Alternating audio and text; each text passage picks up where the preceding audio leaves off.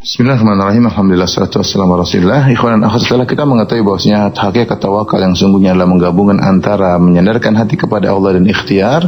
Karenanya jika salah seorang hanya menyandarkan kepada salah satunya, melakukan salah satu dari keduanya, maka dia telah bersalah dalam memahami tawakal.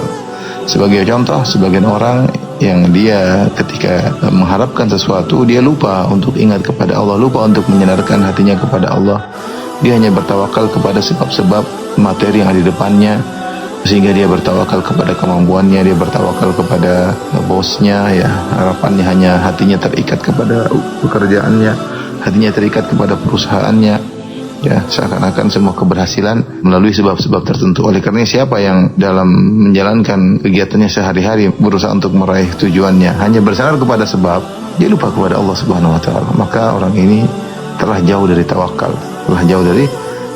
Dan saya pernah sampaikan bahwasanya sebagian orang seperti ini ketika dia berobat, tawakalnya kepada dokter, seakan-akan dokter ini yang menyembuhkan. Dia tidak terbetik dalam hatinya Allah yang menyembuhkan.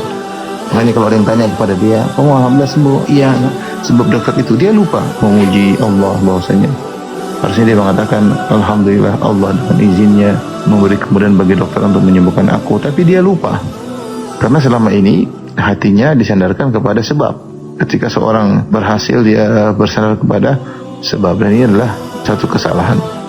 Dan orang-orang yang biasanya terjerumus dalam ini adalah orang yang lupa kepada Allah, yang lebih beribadah, yang sibuk dengan dunia, tidak pernah belajar agama, sehingga akhirnya hati mereka benar-benar tergantung kepada sebab-sebab. Mereka menyangka keberhasilannya karena sebab-sebab tersebut. Jadi ini model pertama yang salah dalam tawakal, yang hanya bersandar kepada sebab, lupa kepada sang musabbib, sang pencipta sebab dan akibat, ialah Allah Subhanahu wa taala. Kesalahan yang kedua sebaliknya, yaitu sekelompok orang yang hanya bersandar kepada Allah tanpa usaha. Ini juga salah. Allah suruh ikhtiar, ya Allah suruh ikhtiar, Nabi SAW suruh ikhtiar. Lihatlah bagaimana Nabi SAW dalam melakukan banyak hal, Rasulullah SAW selalu berikhtiar.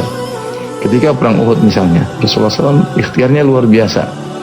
Ya, beliau pakai baju perang sampai dirain sampai 2 baju perang. Sebelumnya Rasulullah SAW bermusyawarah dengan para sahabat, apa yang harus mereka lakukan, apakah mereka harus keluar ke Uhud menunggu musuh, ataukah mereka bertahan dalam kota Madinah. Ya, Rasulullah bermusyawarah, dan musyawarah salah satu bentuk ikhtiar. Wasyawirhum fil amr, kata Allah, bermusyawarah dengan mereka dalam urusan-urusan, ya. Jadi Rasulullah dalam perang Uhud benar-benar mengambil segala ikhtiar.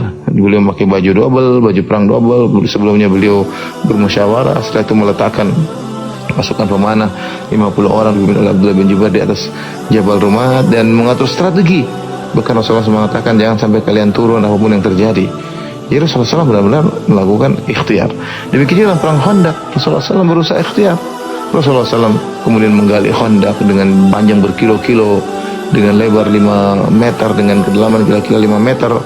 Usaha ikhtiar agar, kenapa Khandaqnya harus lebar dan dalam? Agar kuda musuh tidak bisa melewati, ya. Sehingga mereka bikin parit Khandaq yang sangat besar sebagai bentuk usaha dalam meraih keberhasilan. Dan ini banyak dilakukan oleh Nabi SAW.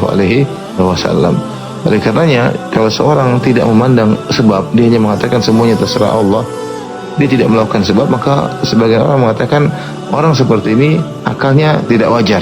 Ini tidak bisa akan komitmen. Maka kita nasihati orang seperti ini bahwasanya Allah telah menciptakan hukum sebab dan akibat yang disebut dengan sunnatullah. Ya, kita mengakui hukum tersebut dan kita tahu bahwasanya Allah menciptakan akibat, tapi Allah melalui sebab dan akibat, ya. Apakah mungkin seorang punya anak tidak menikah? Kalau kita bilang secara mungkin, kalau Allah memberikan mukjizat, mungkin. Tapi kita melihat hukum sebab akibat, namanya ingin punya anak, nikah dulu. Nikah, terus berhubungan dengan istri, kemudian lama-lama baru bisa punya anak. Jangankan demikian, bahkan sebagian orang sudah menikah nggak bisa punya anak. Yang kita tahu bahwasanya yang menentukan akibat hasil hanyalah Allah Subhanahu wa taala. Tapi ada hukum sebab akibat, ya. Kita katakan kepada orang seperti ini, bukankah rezeki sudah tercatat, ajal sudah tercatat? Kalau begitu, kalau rezeki sudah tercatat, ngapain kamu kerja? Ngapain kamu cari makan? Sudah di rumah aja. Ngapain kalau sakit berobat, ya? Kalau memang kita mengatakan tawakal yang benar hanya bersandar kepada Allah dan tidak usah berusaha, ya sudah. Kan kita juga katakan, bukankah sudah ditentukan surga dan neraka? Ngapain kamu sholat? Kan sudah ditentukan surga dan neraka. Ketika dia ingin sholat, berarti dia berikhtiar, ikhtiar untuk masuk surga. Oleh karenanya orang yang mengatakan tidak perlu lihat sebab, kita hanya bersandarkan hati kepada Allah, mereka tidak akan bisa komitmen.